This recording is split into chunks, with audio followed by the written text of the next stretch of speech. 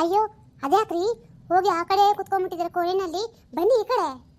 ಅಲ್ಲ, ನಾನು ಬಂದ್ರೆ ನಿಂಗೆ ಜಾಗ ಸಾಕಾಗುತ್ತೋ ಇಲ್ವೋ ಅಂತ ಕುತ್ಕೊಂಡಿದ್ದೀನಿ. ನೀನ್ ಕುತ್ಕೋ, ಆರಾಮಾಗಿ ಕುತ್ಕೋ. ಯಾಕೆಂದ್ರೆ ಸೋಫಾ ಹಿಂಗ್ ಒಬ್ಳಿಗೆ ಆಗ್ತಾರದ್ ನೋಡ್ ಅದಕ್ಕೆ. ರೀ, ನಿಮ್ದು ಯಾಕೋ ಜಾಸ್ತಿ ಆಯ್ತು. ಅಪ್ಪ ಅಮ್ಮ ಸ್ವಲ್ಪ ಹೊತ್ತಿಗೂ ಸುಮ್ಮನಿರ್ತೀರಾ? ಎಲ್ಲೇ ಬಂದರೂ ನಿಮ್ಮಿಬ್ಬರದು ಇದ್ದೇ ಇರುತ್ತೆ. ನಾವು ಏನಕ್ಕೆ ಬಂದಿರೋದು ಹೇಳಿ? ಹೆಣ್ಣು ನೋಡೋಕ್ಕೆ ತಾನೇ. ಸ್ವಲ್ಪ ಗಂಭೀರ ಕೂತ್ಕೊಳ್ಳಿ. ಅಲ್ಲ, ನಾವ್ ಬಂದ್ ಕುತ್ಕೊಂಡು 10 ನಿಮಿಷ ಆಯ್ತು. ಈ ಮನೆ ಒಳಗಡೆ ಇದಾರೋ ಇಲ್ವೋ? ಒಬ್ಬ ಈಚೆ ಕಡೆ ಬಂದೇ ಇಲ್ವಲ್ಲ. ಓ ನಮಸ್ಕಾರ, ನೀವು ಬಂದ್ರಾ? ನಾನು ನಿಮ್ದೆ ದಾರಿ ಕಾಯ್ತಾ ಇದ್ದೆ. ಇಷ್ಟೊತ್ತಿಗೆ ಒಳ್ಳೆ ಎಲ್ಲ ಕುತ್ಕೊಂಡಿದ್ರಿ, ಇವಾಗ ತಾನೇ ಒಳಗಡೆ ಹೋದ್ರಿ, ನೀವು ಹಾಗೆ ಬಂದಿದ್ದೀರಾ. ಹಾ ಹೌದಮ್ಮ, ನಿಮ್ ಯಜಮಾನ್ರು ಇಲ್ಲೇ ಇದ್ರು, ಅವರು ಒಳಗಡೆ ಹೋದ್ರು. ಇವಾಗ ನೀವು ಬಂದಿದ್ದೀರಾ? ಹಾ ಹೌದು, ಅವ್ರಿಗೊಂದು ಫೋನ್ ಕಾಲ್ ಬಂದಿತ್ತು ನೋಡಿ, ಅದಕ್ಕೆ ಮಾತಾಡ್ತಾ ಇದ್ದಾರೆ. ಒಂದು ನಿಮಿಷ ಬಂದೆ, ಮಗಳನ್ನ ಕರ್ಕೊಂಬರ್ತೀನಿ. ಓ ಕ್ಷಮಿಸ್ಬೇಕು, ಅದು ಅರ್ಜೆಂಟಾಗಿ ಒಂದು ಫೋನ್ ಕಾಲ್ ಬಂತು, ಅದಕ್ಕೆ ಮಾತಾಡೋಕ್ಕಂತ ಹೋಗಿದ್ದೆ. ಏನು ಅನ್ಕೋಬೇಡಿ. ಪರವಾಗಿಲ್ಲ ಬಿಡಿ ಬಿಗ್ರೆ. ಇದು ನನ್ನ ಮಗಳು ಲಲಿತಾ. ಲಲಿತಾ, ಜ್ಯೂಸ್ ಕೊಡಮ್ಮ ಎಲ್ಲರಿಗೂ. ಜ್ಯೂಸ್ ಕುಡಿದ ನಂತರ.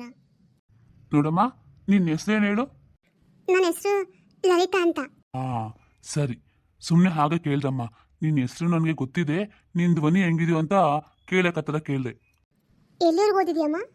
ಅದು ನಾನು SSLC ಅಷ್ಟೇ ಓದಿರೋದು. ತೊಂದರೆ ಇಲ್ಲ ಬಿಡಮ್ಮ, ನಮ್ಮ ಹುಡುಗನೂ ಅಷ್ಟೇ ಓದಿರೋದು, ಅವನೇನು ಹೆಚ್ಚಾಗಿ ಓದಿಲ್ಲ. ಅದು ನಾವೇನೋ ಹೋಗುವಂತಾನೆ ಹೇಳಿದ್ವಿ ಕಾಲೇಜ್ಗೆ, ಆದರೆ ಅವಳಿಗೆ ಇಷ್ಟ ಇರಲಿಲ್ಲ, ಓದೋಕ್ಕೆಲ್ಲ ಅಷ್ಟೊಂದು ಗಮನನೂ ಏನೂ ಇರಲಿಲ್ಲ. ಅದಕ್ಕೆ ನಾವೇ ಸ್ಕೂಲೆಲ್ಲ ಬಿಡಿಸ್ಬಿಟ್ಟು ಮೈನಲ್ಲೇ ಇರೋಕೆ ಹೇಳಿದ್ರಿ. ನೋಡಿ ಬಿಗ್ರೆ, ನಮಗಂತಿರೋದು ಒಬ್ಬಳೇ ಮಗಳು, ಹಾಗಾಗಿ ಅವಳಿಗೇನು ಹೆಚ್ಚು ಬಲವಂತ ಮಾಡಿ ನೀನು ಓದಲೇಬೇಕಮ್ಮ ಅಂತೆಲ್ಲ ಏನು ಬಲವಂತ ಮಾಡಿಲ್ಲ. ನಾವು ಬಲವಂತ ಮಾಡಿದ್ರೆ ಓದ್ತಿದ್ಲ ಏನೋ. ಅದೇನು ಗೊತ್ತಾ ಬಿಗ್ರೆ, ಬಲವಂತದಿಂದ ಓದೋಕ್ಕಾಗಲ್ಲ. ಯಾಕೆಂದ್ರೆ ವಿದ್ಯೆ ಅನ್ನೋದು ತಲೆಗೆ ಹತ್ಬೇಕು. ಅದು ಒತ್ತಿಲ್ಲ ಅಂದ್ರೆ ನಾವೆಷ್ಟೇ ಬಲವಂತ ಮಾಡಿದ್ರು ಆಗಲ್ಲ.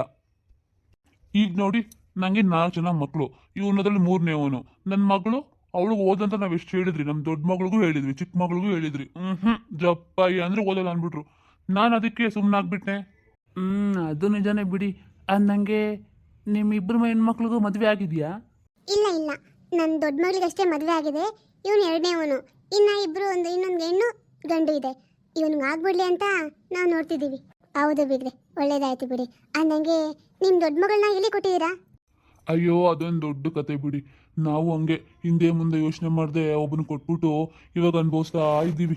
ರೇ ಸುಮ್ಮನಿರ್ರಿ, ಈ ಕತೆಲ್ಲ ಬೇಕಾ ಅವ್ರ ಮುಂದೆ? ಅಯ್ಯೋ, ಅದ್ರಲ್ಲೇನಿದೆ ಬಿಡೆ, ಗೊತ್ತಾಗ್ಲಿ ಬಿಡು. ಇವಾಗೇನೋ ಇವರೇನು ಬೇರೆಯವರಾ? ನಮ್ಮನೆ ನೆಂಟ್ರು ತಾನೆ, ಹಂಗಂದ್ಮೇಲೆ ಎಲ್ಲನೂ ಗೊತ್ತಿರಬೇಕು.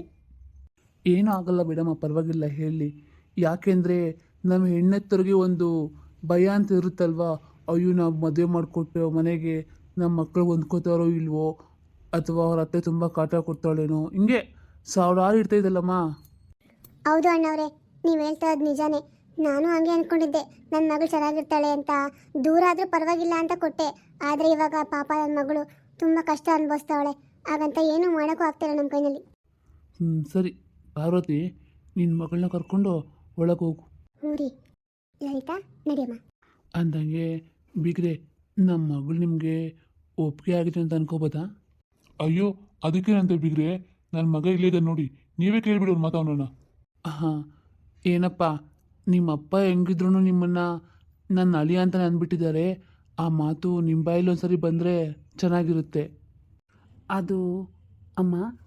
ಏ, ನನ್ನ ಕೈ ನೋಡಿ ಅಮ್ಮ ಅಂದರೆ ನಿನಗೆ ಇಷ್ಟ ಆದರೆ ಇಷ್ಟ ಅಂತ ಹೇಳು, ಇಲ್ಲ ಅಂದರೆ ಇಲ್ಲ ಅಂತ ಹೇಳು.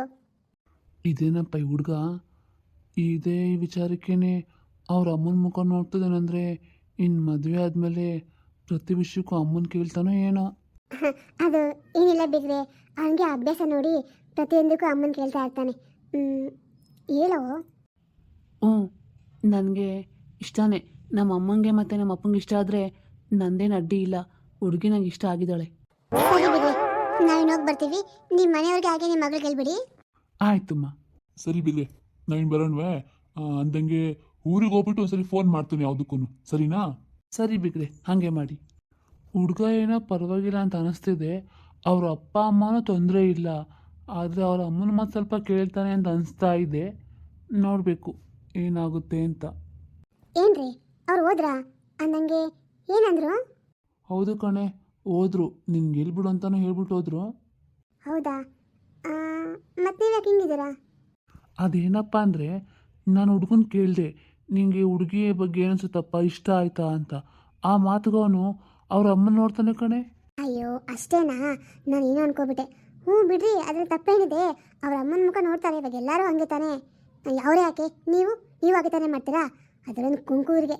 ಹಂಗಲ್ಲ ಕಣೆ, ನಾನು ನಿನ್ನ ಕೇಳೋದಕ್ಕೂ ಅವ್ರ ಅಮ್ಮನ ಕೇಳೋದಕ್ಕೂ ವ್ಯತ್ಯಾಸ ಇದೆ. ಏನಪ್ಪ ಅಂತ ವ್ಯತ್ಯಾಸ? ನನಗೆ ಅರ್ಥ ಆಗದೆ ಇರೋದು, ನಿಮ್ಗೆ ಅರ್ಥ ಆಗಿರೋದು? ಅದು ಈ ವಿಚಾರಕ್ಕೆ ಅವ್ರ ಅಮ್ಮನ್ನ ಕೇಳ್ದವನು ಇನ್ನು ಮುಂದೆ ಮದುವೆ ಆದಮೇಲೆ ಪ್ರತಿಯೊಂದಕ್ಕೂ ಅಮ್ಮ ಸರಿಗಿಡ್ಕೊಂಡು ಹೋದ್ರೆ ಇನ್ನು ನನ್ನ ಮಗಳ ಕತೆ. ಓ, ನೀವು ಅದನ್ನ ಯೋಚನೆ ಮಾಡ್ತಿದ್ದೀರಾ? ರೀ, ಹಂಗೆಲ್ಲ ಏನೂ ಆಗಲ್ಲ ನೋಡಿ. ಒಳ್ಳೆ ಮನೆ, ಆಸ್ತಿ ಎಲ್ಲ ಇದೆ. ಹುಡುಗ ನೋಡೋಕ್ಕೂ ಚೆನ್ನಾಗೇ ಇದ್ದಾನೆ. ನಮ್ಮ ಲಲಿತಂಗೆ ಸರಿಯಾಗಿ ಜೋಡಿ ಆಗ್ತಾನೆ. ಸುಮ್ಮನೆ ಏನು ಯೋಚನೆ ಮಾಡಿದೆ, ಮದುವೆ ಮಾಡ್ಕೊಡಿ ಆಯ್ತಾ? ಸರಿ, ಹಾಗಾದರೆ ನಿನ್ನ ಮಗಳನ್ನ ಒಂದು ಮಾತು ಕೇಳು. ಅವಳಿಗೆ ಇಷ್ಟ ಇದೆಯೋ ಇಲ್ಲೋ, ಯಾಕೆ ಬೇಕು? ಅಯ್ಯೋ, ನಾನು ಒಳಗಡೆ ಹೋಗಿ ಅವಳನ್ನ ಕೇಳಿದೆ ರೀ. ಅವಳಿಗೂ ಮನಸ್ಸಿದೆ, ಅವಳು ಇಷ್ಟ ಅಂತಾನೆ ಹೇಳಿದ್ದಾಳೆ. ಸರಿ ಬಿಡು, ಹಾಗಾದರೆ ಇನ್ನೇನು, ಹುಡುಗಿ ಒಪ್ಕೊಂಡ್ಮೇಲೆ ನಮ್ದೆಲ್ಲ ಏನಿದೆ. ಅವರು ಊರಿಗೆ ಹೋಗಿ ಫೋನ್ ಮಾಡ್ತೀನಿ ಅಂತ ಹೇಳಿದ್ದಾರೆ, ಫೋನ್ ಮಾಡಲಿ. ಸರಿ ರೀ, ಹಾಗಾದ್ರೆ. ಅಮ್ಮ, ನೀನ್ ಏನ್ ಮಾಡ್ತಾ ಇದೀಯಮ್ಮ? ಇಷ್ಟೊಂದು ತರಕಾರಿ ಎಲ್ಲ ಇಟ್ಕೊಂಡು ಇವತ್ತೇನ್ ಅಡುಗೆ ಮಾಡ್ತಾ ಇದೀಯಾ? ಅದು ಮಗ್ನೆ, ನಿನ್ಗೆ ವೆಜಿಟೇಬಲ್ ಪಲಾವ್ ಅಂದ್ರೆ ಇಷ್ಟ ಅಲ್ಲ? ನಿಮ್ಮ ಅಪ್ಪಂಗೂ ತುಂಬಾ ಇಷ್ಟ. ಅದಕ್ಕೆ ತರಕಾರಿ ಎಲ್ಲ ಕಟ್ ಮಾಡಿ ಪಲಾವ್ ಮಾಡ್ಕೊಡ್ತೀನಿ, ಸರಿನಾ?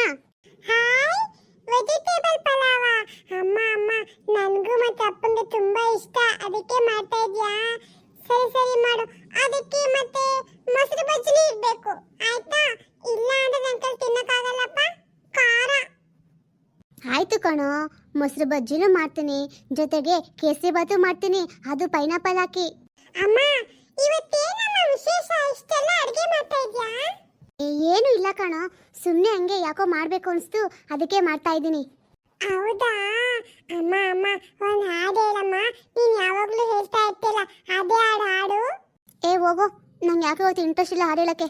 ಅಮ್ಮ ಪ್ಲೀಸ್ ಹೇಳು ನನಗೋಸ್ಕರ. ಸರಿ ಸರಿ ಇರು, ಹೇಳ್ಬೇಡ, ಹೇಳ್ತೀನಿ. ದೇವಲೋಕ ಪ್ರೇಮಲೋಕ ನನ್ನ ಮನೆ ಈಗ, ಇಲ್ಲಿ ನಾನು ನನ್ನ ಗಂಡ ನನ್ನ ಮಗುವೇ, ಪ್ರತಿ ರಾತ್ರಿ ಪ್ರತಿ ಹಗಲು ಬರಿ ನಗುವೆ.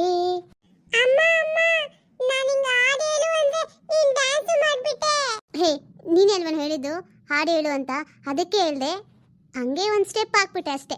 ಅಮ್ಮ, ಈ ಹಾಡಿಗೆ ನಿನ್ನ ಜೊತೆ ನನ್ನ ಅಪ್ಪನೂ ಇರಬೇಕಿತ್ತು, ಆವಾಗ ತುಂಬಾ ಚೆನ್ನಾಗಿರ್ತಾ ಇತ್ತು. ಓಹೋ, ಏನು ಅಮ್ಮ ಮಗ ತುಂಬ ಖುಷಿಯಾಗಿರೋ ಹಾಕಿದೆ. ಏನು ಅಪ್ಪ ಇರಬೇಕಿತ್ತು ಅಂದಂಗಿತ್ತು. ಏನಪ್ಪ ಮಗನೆ? ಅಪ್ಪ, ಅಮ್ಮ ಇವಾಗ ಹಾಡು ಹಾಡಿ ಡ್ಯಾನ್ಸ್ ಮಾಡ್ತಿತ್ತು, ಅದಕ್ಕೆ ಹೇಳ್ದೆ ನಿನ್ ಜೊತೆ ಅಪ್ಪ ಇರಬೇಕಿತ್ತು ಅಂತ. ಓ ಹೌದಾ? ಏನಮ್ಮ ಮೇಡಮ್ ಅವ್ರು ಇವತ್ತು ಏನಿಷ್ಟು ತರಕಾರಿ ಎಲ್ಲ ಕಟ್ ಮಾಡಿ, ಏನು ಇವತ್ತು ಸ್ಪೆಷಲ್ಲಾ? ಇವತ್ತಿನ ಡೇಟ್ ಏನು? ಏನ್ರಿ ಪ್ರಿಯಾ ಮೇಡಮ್ ಅವರೇ, ಇವತ್ತೇನು ಸ್ಪೆಷಲ್ಲು? ಓಹೋ, ನನಗೆ ಇವಾಗ ನೆನಪಾಯ್ತು. ಪರವಾಗಿಲ್ವೇ, ಇಷ್ಟು ಬೇಗ ನೆನಪಾಗ್ಬಿಟ್ಟಿದೆ. ಹೋಗ್ಲಿ ಬಿಡಿ, ಅಂತೂ ಇಂತೂ ನಿಮ್ಗೆ ನೆನಪಾದ್ರೂ ಆಯ್ತಲ್ಲ. ಲೋ ಮಗ್ನೆ, ಇವತ್ತು ನಂದು ನಿಮ್ಮ ಅಮ್ಮಂದು ವೆಡ್ಡಿಂಗ್ ಡೇ ಕಣೋ. ಹೋ ಹೌದಾ? ಅಪ್ಪ, ನನ್ನ ಅಮ್ಮನ ಎಷ್ಟು ಸಾರಿ ಕೇಳಿದೆ ಗೊತ್ತಾ, ಅಮ್ಮ ಏನು ಇಲ್ಲ ಅಂದ್ರು. ಅಮ್ಮ ಅಂದಂಗೆ ಪ್ರಿಯಾ, ಇವತ್ತೆಲ್ಲ ಏನು ಅಡುಗೆ ಮಾಡೋಕೆ ಹೋಗ್ಬೇಡ. ನಾವು ಆಚೆ ಹೋಗ್ಬಿಟ್ಟು ಊಟ ಮಾಡ್ಕೊಂಡು ಬರೋಣ. ನಾನು ನೀನು ಪಾಪು 3 ಜನ ಹೋಗ್ಬಿಟ್ಟು ಒಂದು ಫಿಲಮ್ಗೆ ಹೋಗಿ ಆಮೇಲೆ ಊಟ ಮಾಡ್ಕೊಂಡು ಬರೋಣ, ಸರಿನಾ? ಅಯ್ಯೋ ಬೇಡ ಬಿಡ್ರಿ, ನಾನು ತರಕಾರಿ ಫುಲ್ ಕಟ್ ಮಾಡಿಬಿಟ್ಟಿದ್ದೀನಿ ಇವತ್ತು. ನಾಳೆ ಹೋಗೋಣ. ಯಾಕೆಂದರೆ ಇವತ್ತು ತರಕಾರಿ ಕಟ್ ಮಾಡಿದ್ಮೇಲೆ ತುಂಬ ದಿನ ಇಟ್ಟರೆ ಫ್ರಿಜ್ಜಲ್ಲಿ ಒಂದು ಚೆನ್ನಾಗಿರಲ್ಲ, ಅದಕ್ಕೆ ನಾಳೆ ಹೋಗೋಣ ಬಿಡಿ. ಏನೂ ಆಗಲ್ಲ ಬಿಡೆ, ಫ್ರಿಜ್ ಒಳಗೆ ಎತ್ತಿಟ್ರೆ ನಾಳೆ ಅಡುಗೆ ಮಾಡ್ಕೋಬೋದು. ಈ ಸ್ಟವ್ ಹಚ್ಚಿಲ್ಲ ತಾನೇ ಇನ್ನೂ, ಪರವಾಗಿಲ್ಲ, ಇದನ್ನು ಹಾಗೆ ಎತ್ತಿಟ್ಬಿಟ್ಟು ನಾವೆಲ್ಲ ಹೋಗಿ ಆಚೆ ಊಟ ಮಾಡ್ಕೊಂಡು ಬರೋಣ.